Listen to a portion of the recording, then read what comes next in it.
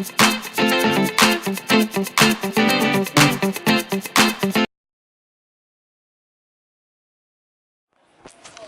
everybody, it turned out to be a twofer or a threefer because I stopped in here at the Hooked Fish Bar, and what they told me was I was more than welcome to park my car for free.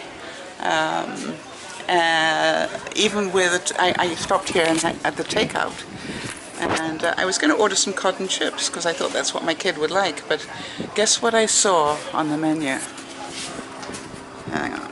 For those of you who know me well, you know this was not something I could resist. And there it is, poutine. However, what blew my mind was they wanted $8 for it. And I thought that was a little bit much until they told me just how big it was. So what I arranged to do was have some cod with poutine on the side. That's called doing things my way. And then big thanks to the Hooked on Fish Bar for making that possible. Okay, so I got a piece of cod. Underneath it is poutine, yum yum. Got some coleslaw and some tartar sauce. So really I got quite a bit of stuff. So I'm just gonna put the lemon over the fish. And then they gave me a fork. So I'm gonna find somewhere to go eat it now. Okay, so here's the funny thing.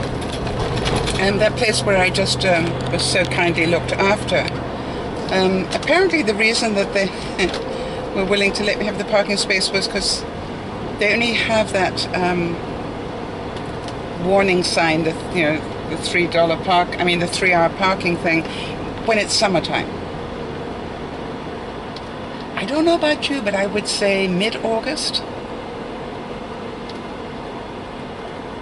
Rates for summertime in my book, but maybe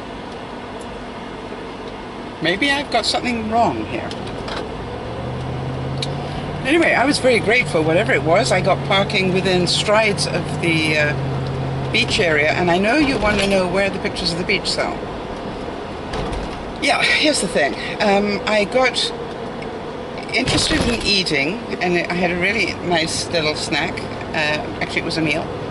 And then I got interested in talking to the people I sat next to, which was a husband and wife, I would think the sister, and then the mother, who was elderly.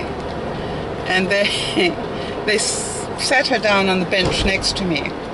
And then the walker that she was using, they made her lift up her legs and put her feet on it, out flat. So she was sitting on the bench with her feet straight ahead of her, if you like. Well, I wasn't 100% sure that the husband character had actually put the brake on. And so you know me, I had these visions, because I get easily amused. I had visions of and it was very steep onto the rocks right there, because that particular beach is what I call a rocky beach, not a sandy beach. And it was just, I had this vision of mother-in-law heading south off the bench, you know, heading towards the beach. I think it would be called a rocky road in that case. Yeah, it would have been a very rocky road. Anyway, so you know I was highly amused with that. Well, then it turned out they had a dog. Well, you know, that's a dead ringer for me anyway. And so, and it was an interesting mix. I think a Chihuahua and Yorkie mix. And it was really very cute. It looked like it could do with a good meal. You know, it was apparently 9 months old, so it was fully grown. Well, near enough, except filling out a bit. And they didn't think it was going to fill out a whole lot. And then it started a yap. Yeah, don't want me one of those. I think this is why I didn't get the Westie. I think God knew I wasn't going to like the yappy thing. You see, that's what I like about big dogs. You know, big dogs, when they bark, you know it's a bark. You know, woof.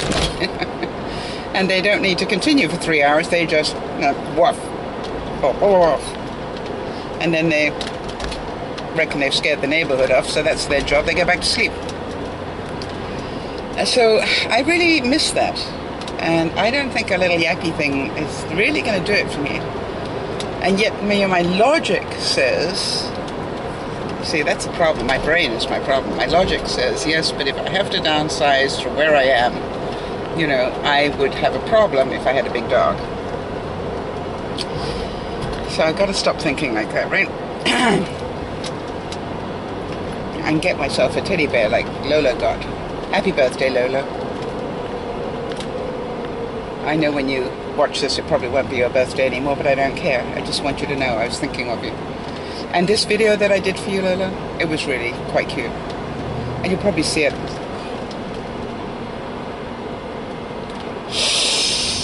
Breathe, Sal. Oh, clever, clever. The car just in front of me nearly caused an accident by suddenly swinging to the left.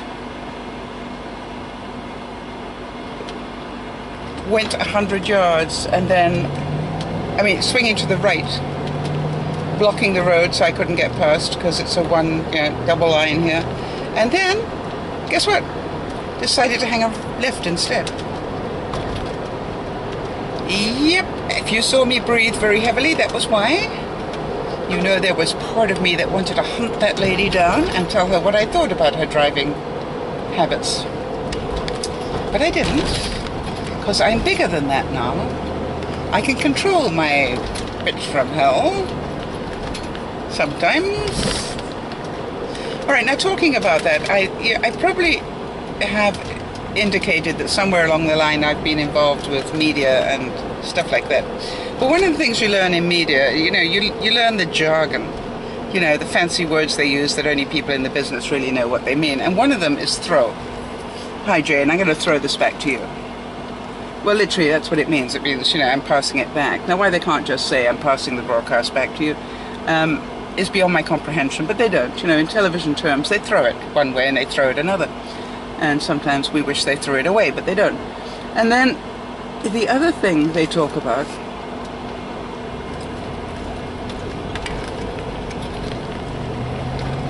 is the takeaway. And what's the takeaway on that, John? Well, that means if you could only describe what you've just seen or heard of or whatever in a very few words, what would you say? That's the takeaway. In other words, what do you want the audience to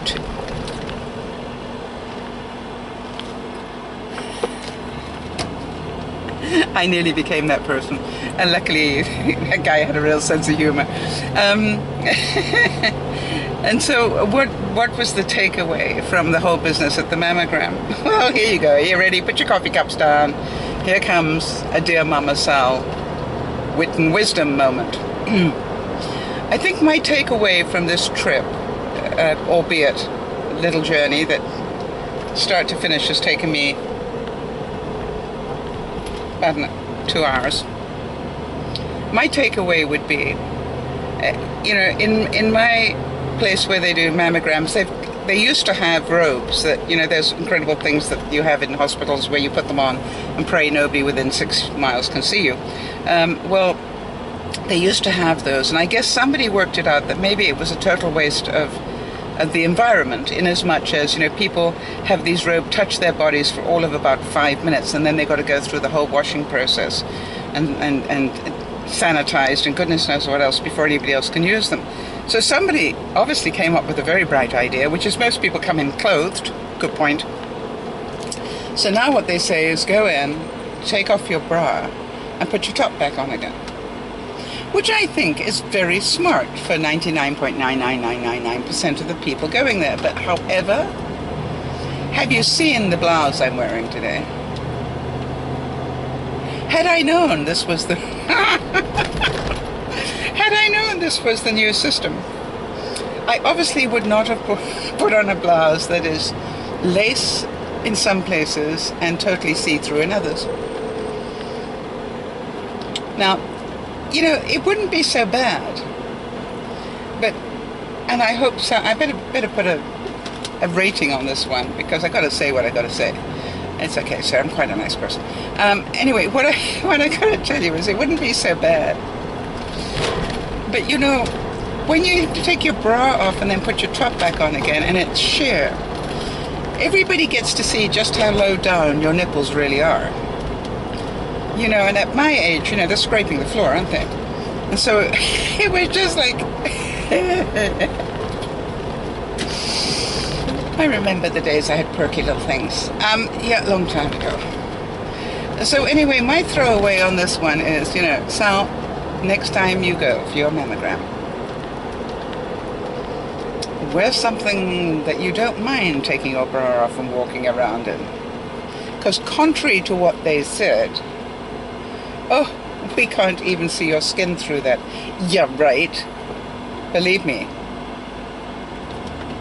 They lied.